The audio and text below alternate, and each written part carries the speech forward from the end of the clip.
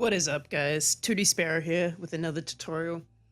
Let's just start off by welcoming all of the new filthy Terran players that are going to be spamming this build on the ladder. You made a good choice.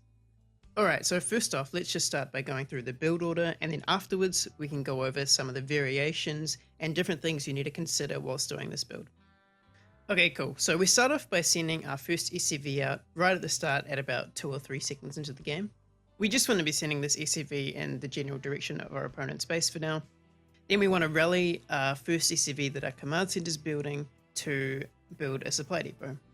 Awesome, so we keep building SCVs and we set the rally point over to our opponent's base. Next, we're going to grab over the first SCV we sent out and build our first barracks. We want to place our barracks close to our opponent's base so that our Reaper can get there very quickly, but we don't want to place it too close, otherwise our opponent might spot it with buildings or SCVs running around their base.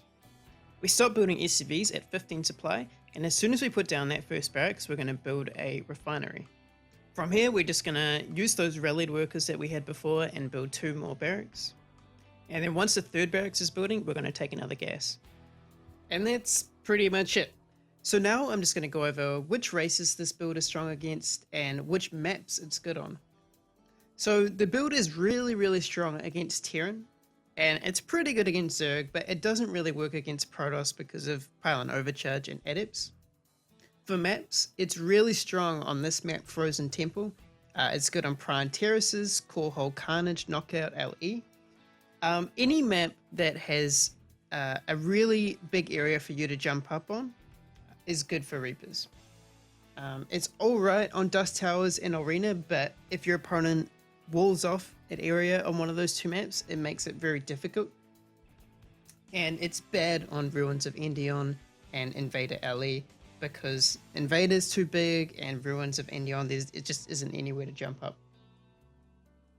So execution wise, the goal is to snowball.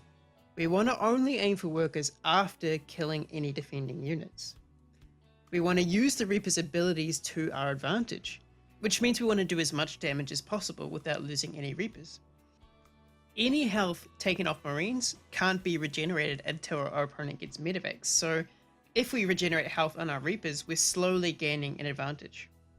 We want to pick the spot to jump up wisely. It's the most important part of executing this build.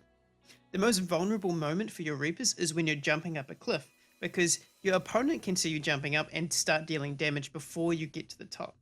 If your opponent has positioned buildings on the edge of his base, you can actually use these to your advantage by running near the buildings and then backing off and looping back around to another spot.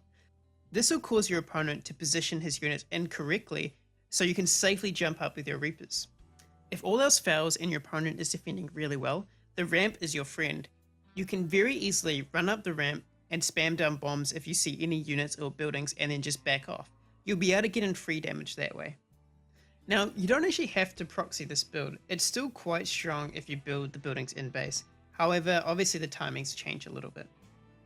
This build does work at very high levels if you execute it correctly.